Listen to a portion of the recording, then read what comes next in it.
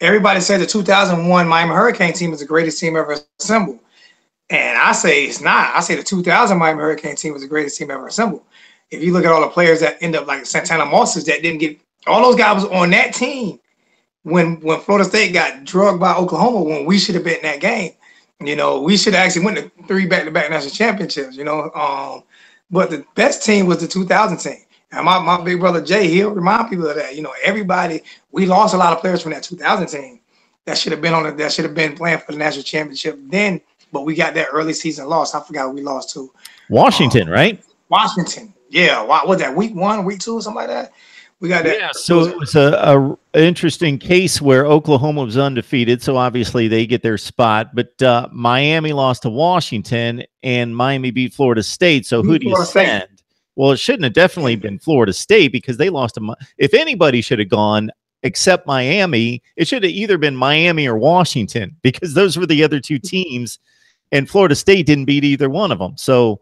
That whole BCS, I could go on, and I have in the past about the way it was screwed up almost every year. But that was a case in point. And then you guys went to the Sugar Bowl and didn't have a whole lot of problems with Florida. And I enjoyed that. That's another one of my big ones. I hate Florida with a passion. So, any Gators come on here, I don't even care. You can comment all you want to. I don't like you. I don't like the Gators at all. So it's what it is. I love beating them up. So. Okay, we're going to flip the script on you, and we're going to go to that loss that still stings, excruciating, just crushing loss. The phantom flag play, Ohio State. There was no pass interference at all. Time was off the clock. There was no pass interference. All the players on the field shaking hands, hugging each other. Ohio State players shaking Miami players. Next thing you know, the flag comes out and history is written, but that's my worst loss. That was it, because that was for a championship game, and I felt like the officials took it out of the hands of the players and put it in their hands. There was confetti on the field. Yeah, everything. It was a late one coming. There's no doubt about that. I was celebrating. I'm sitting there like, yeah, we got enough. Next thing you know, you turn around like, flag.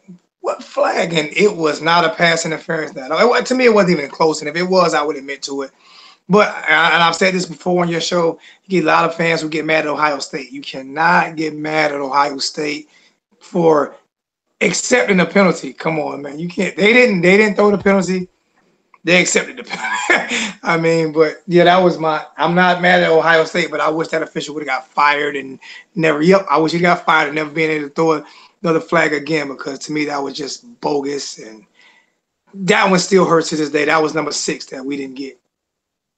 All right, Alonzo, it's my job to play devil's advocate, so I'm going to do it a little bit here. Okay. All right. So number one, if you ever get a chance to watch that game again, I'm going to point out 2 things here.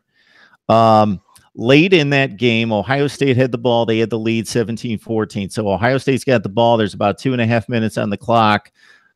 If they could have strung together a couple first downs, they're going to win the game. They had a play on like a 3rd and 5, 3rd and 8, whatever the call was, and Chris Gamble catches the ball. And 2 things, and Keith Jackson made reference to this, and we know that there wasn't replay back then, but that he caught the ball in bounds and that he was held by his jersey. Anyway, Ohio State had to punt because they called it an incomplete pass. So if you ever get to watch the game again, just look out for that. About 2.5 minutes left. Ohio State's got the ball. They're trying to convert to ice the game, and then they have to punt it away. And then I don't know who it was, probably Roscoe Parrish, somebody like that, ran back the punt a long ways to put him in field goal range to tie the game. So that's number 1. Number 2, I will agree with you that it was not pass interference. I do believe that it was holding. So if you watch that play and you see the DB, I don't remember his name, and that was a play on Chris Gamble as well, the Ohio State receiver. I do think that he held him before the ball was in flight. But see, that's why I'll say you have that 5-yard. And it wasn't, and he did hit him, but it was definitely before the 5 yards or within the 5 yards, because you go look at it a bunch of times, and that's why I thought it wasn't a holding or pass interference. The Chris Gamble play you're talking about, they actually showed that play a few times. And I can agree with you. That should have been. It should have been that probably should have been a pass interference. But they used to let them ride them out of bounds as well back then too. So Yeah. but the one play that really killed the game for me was the Willis McGahee play, which I thought was a cheap shot play. Yeah. And I thought if they didn't get him out, we would have probably ended up running away with the game. I thought that was I thought that he took it upon himself to deliver a tee shot to McGahee. I forgot what player that was, but that definitely turned the momentum in the tide of that game. And it was a defensive back. I don't remember who it was. I know it was a defensive back. And he went straight at his knee. And he didn't just cost him a national championship. I thought he cost him a spot in the draft and money and everything. I just thought it was and players do it a lot. Miami players have done it. Players do it a lot, but when you see it, if it's in a pile, it's kind of different. But when you see it in the open field, the way it was, that was an open field. I think that was a turning point of the game. That's what really got the game where it was going to be a real tight game. The play of the game though was the interception strip fumble by y'all when we intercepted the ball and he stripped it out of his hand. I was like, yeah. And so going back to the McGahee play, and we're talking about one of the great college football games in the last 15 or 20 years, obviously double overtime game, triple overtime, double overtime game. So anyway, McGahee, Ohio State's run defense was exceptional for most of that game, but he had just started to get into the flow and he ripped off a couple nice runs. And that was really the first sign of life that Miami had running the ball. He ripped off a couple, 2 or 3 really big runs, 8, 10, 15-yard runs. And before that, they had completely shut it down. So it looked like he was starting to get in the groove. They were the offensive line was starting to get a push and they were starting to move the ball on the ground. And then that happened. And it sucked the life out of Miami. That he was our best player on the field at the time. I can say our best player, but definitely our most dynamic player because catching the ball out the backfield, running the ball, being able to wear the defense down, and still had Andre Johnson, and Kellen Winslow Jr. Still had those guys, but and Ken Dorsey, but the go-to guy was Willis McGahee in that offense, and that took the air out of us. So it brings up some sad memories. But I keep saying I do not blame Ohio State. I do not blame Ohio State fans. I blame the referee for that one call right there. I blame referee and would never watch the game again. Still haven't watched it again. I watched that play again, but I would never watch it. You won't sit down and watch the game. Unless you want to see me with a pillow. Unless you want to see me with a pillow and some tissues. I can't watch that. I can't watch that whole game. Well, unlike some other college football fans, though, you've got quite a few rings to rest on. Like there's some college football fans that have some excruciating losses, and they're thinking, that was the only chance I had, and that was taken away from us, and I don't have any other championships. So for you gotta live in a better region. You get some other ones.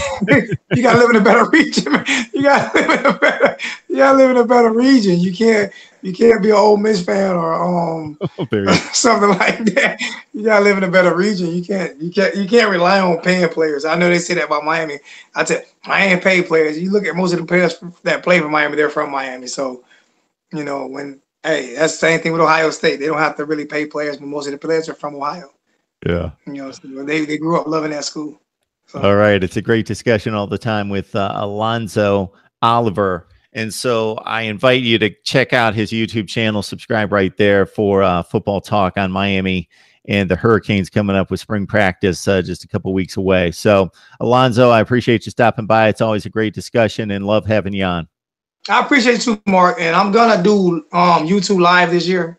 I'm definitely going to do live this year. I'm getting everything set up to figure out how I'm going to do it and everything.